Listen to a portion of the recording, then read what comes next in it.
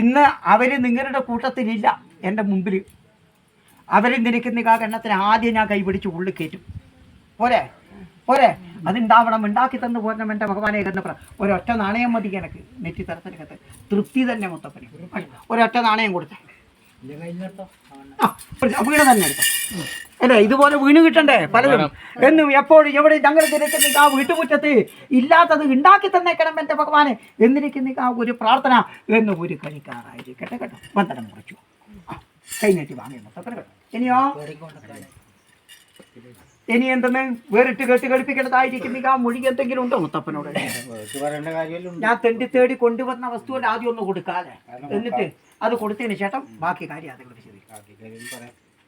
ഒട്ടുമില്ലല്ലോ ആൾമടയായതിന്. എത്രത്തോളം ആൾത്തരം വന്ന് ഒരു നേരത്തെ കഞ്ഞി കുടിച്ച് ഇറങ്ങിയിട്ടുണ്ട് ഇവിടെ നിന്ന് അല്ലേ? എങ്കിലും ഒരു നേരത്തെ കഞ്ഞി എന്തിരിക്കുന്ന കണ്ട ഉണ്ടാക്കണമെങ്കിൽ അതിന് വീട്ടിരിക്കുന്ന വിറക് വാങ്ങേണ്ട തരം മാത്രമേ ഉള്ളൂ അല്ലേ? എങ്കിലും ഇന്നത്തെ ദിവസം വീട് അനേക ആൾക്കാരും കൈ നനച്ച് കീഞ്ഞിട്ടുണ്ട്. കൈ നനക്കാതെ കീയുന്ന ദിവസം ഇതുപോലൊരു പാത്രം വീട് നിറയുന്നുണ്ട് ഇല്ലേ?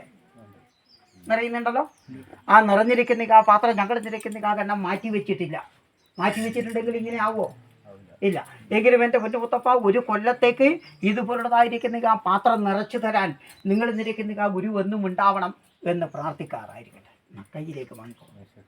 വയസ്സുകാലത്ത് എൻ്റെതായിരിക്കുന്ന ആ കയ്യിൽ കിട്ടിയത് ഈ പാത്രം എന്തിരിക്കുന്ന ഒരിക്കലും ഈ പൊടിക്കടത്തിൻ്റെ ഉൾഭാഗത്തിനകത്തോ ഞങ്ങൾ എന്തിരിക്കുന്ന ആ പടിഞ്ഞാറ്റകത്തോ കുഞ്ഞു കുട്ടികൾ എന്തിരിക്കുന്ന